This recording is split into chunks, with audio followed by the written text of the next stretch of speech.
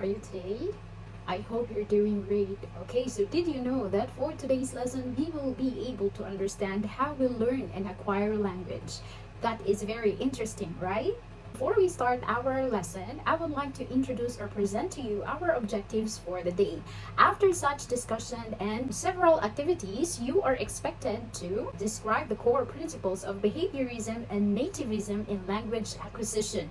Those are the two theories that we will be discussing today. Another is that you will be able to compare and contrast these theories, identifying strengths and weaknesses.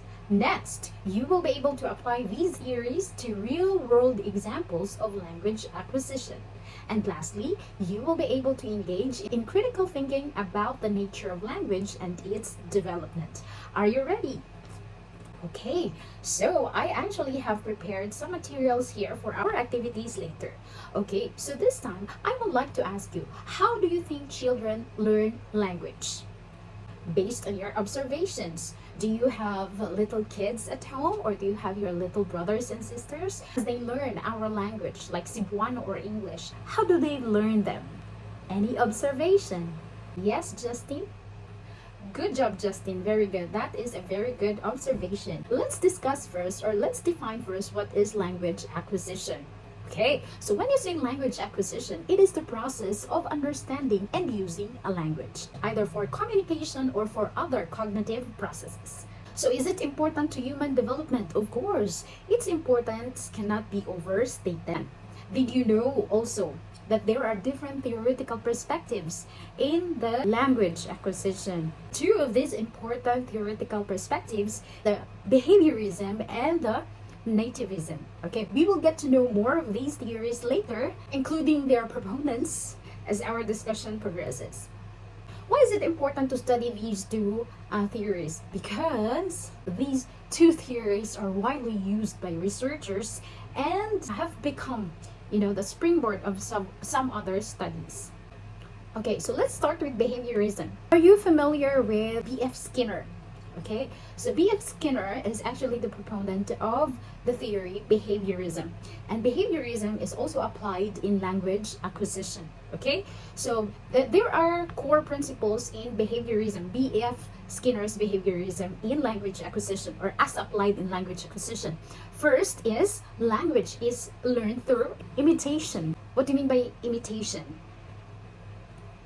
That's right, so we are going to repeat what we have heard from the people around us, or from the significant role models we have, or role models rather.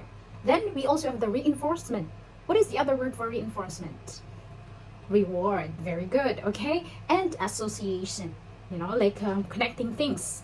All right. Okay, so another thing is, according to behaviorism, children learn by mimicking adult speech and receiving positive feedback. Okay, so sometimes positive feedback and sometimes not so positive, because children in this case are not selective.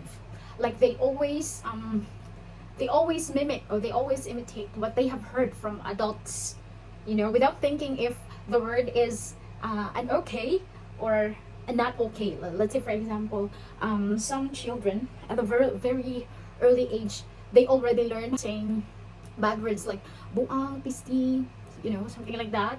So they're not being selective. It means that the environment really plays the vital role in the language acquisition of these children, But in other on the other side of the table, let's say for example, they learn to say mama and papa, then they receive praises from the people around them. So they repeat the same phrase or the same words. They, what do you call this, they hunger for those praises they receive after they utter some particular words they have heard from adults around them. Okay, so this theory has its strengths and weaknesses. Okay, so its strength is that it explains this theory explains us thoroughly and clearly the role of the environment and the reinforcement, the candies we will give to them, or the rewards that we give them whenever they say a word perfectly, or like in a very cute manner, so we give them some reinforcement. So in behaviorism, they are thoroughly explained, and Okay, let's proceed now to its weaknesses.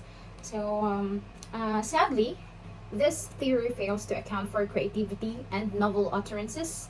This is over regularized, meaning the children, they've been close-minded with just around what they've heard, and they become so not creative in forming words, or like they're being glued to a specific rule. For example, instead of having went as the past tense of go, maybe they will use good.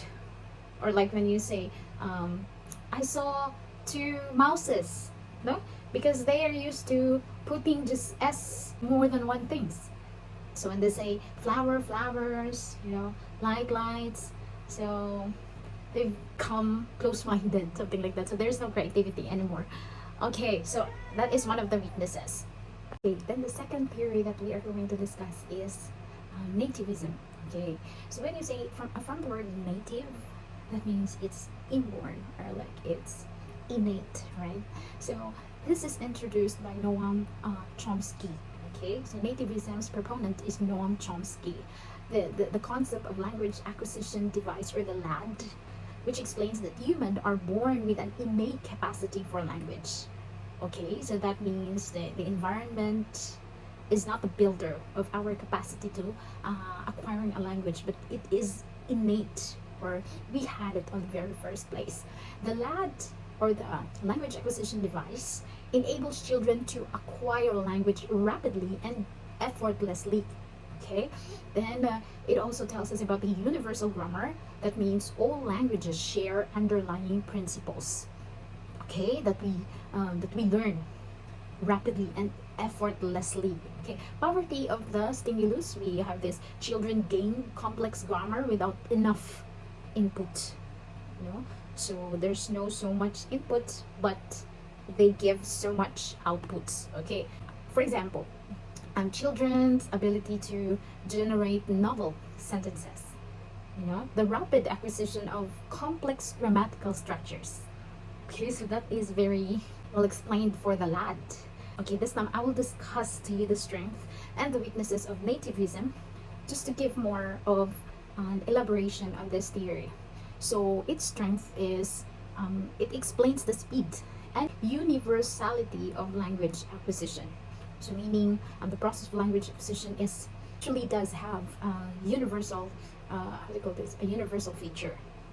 Then the weakness, and explains the speed, because there in the behaviorism, one of the weaknesses of behaviorism actually is it does not account for the speed of language acquisition. Okay, then the weakness of this theory, the theory of nativism, is it's difficult to prove the existence of the LAD, of the language acquisition device that each one of us has innately. Okay, there is also less emphasis on social interaction, which other theories are really focusing on and really giving weight in the language acquisition process. Those are the differences between the two theories in language acquisition. Okay, so this time I will be dividing you into two small groups.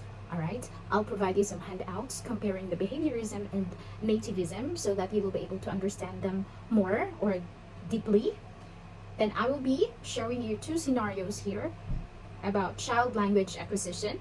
Okay, you are going to analyze the scenarios from both the behaviorist and the nativist perspectives. Okay, so but before, while doing this, you can also discuss the theories, okay, or the theory which is more compelling to you, or like you think that is more sensible or more believable to you. Okay, explain that within the group, and you will be presenting your findings to the class.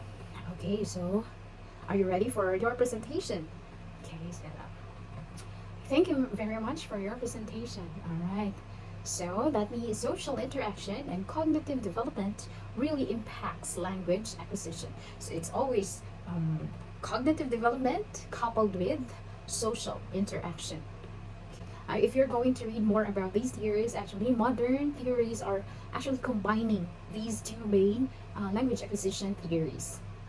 So there's already a combination of social interaction and cognitive development theories. Right? Do you have any more questions? Okay, so this time I would like you to write a short paragraph about what you have learned today. Okay, so maybe about 10 to 15 sentences or more, but at least one paragraph about your reflection or what you have learned today, mentioning the two theories of language acquisition. Okay, thank you very much. I will give you 15 minutes to do that. Okay, thank you for listening. You may now go back to your seat.